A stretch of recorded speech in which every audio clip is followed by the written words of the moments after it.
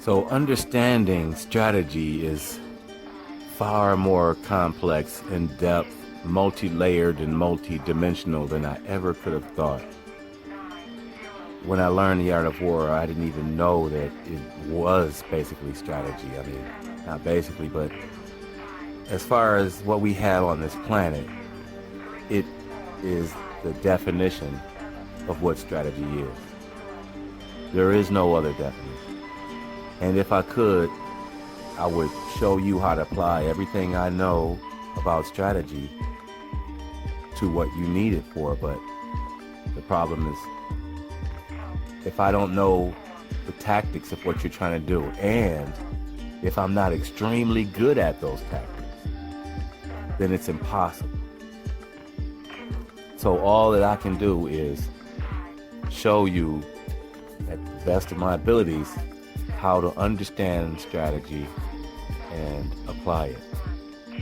And the only way that I know that that can be done is by first remembering the lines or quotes from The Art of War, knowing how to convert them to whatever it is you're applying it for, and then how to apply them.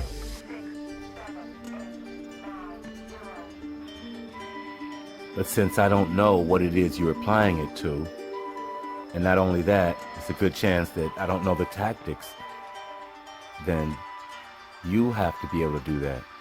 So you have to learn the quotes from The Art of War, or rather walk around with the book all day, and know how to convert them to different things, right? And in different situations, because it's applied differently in three ways at most that I can see. And that's one, to someone you're trying to hurt. In other words, and there are different degrees of hurt. Like someone who's trying to kill you, that's a physical, all right? Either you kill them or they're going to kill you. That's probably the lowest level. And then you have hurt like businesses. You could say they're trying to hurt each other because they're trying to compete with each other in most cases and beat each other, and they would love to crush the competition, just obliterate them so that there's no competition for them. And that's also a form of hurt. So these are different levels. But then you have another level that's I call help.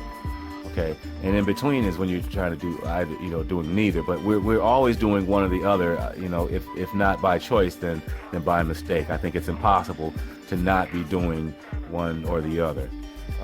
But you have helping, and when you help somebody, it's applied differently.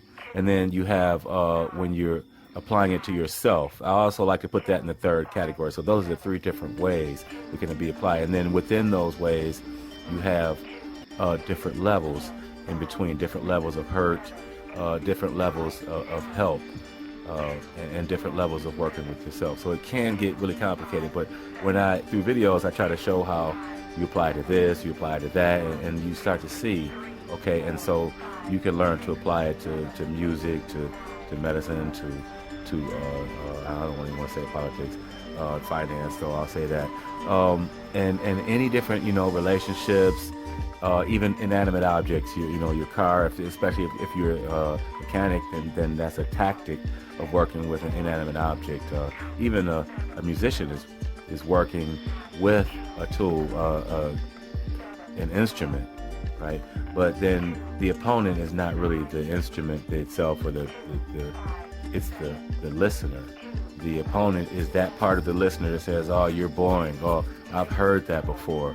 Oh, I know how to do that. It's nothing new, nothing that they don't, you have to do something that they don't understand." That's the unorthodox. Like The Art of War says, those skilled at the unorthodox are as infinite as heaven and earth.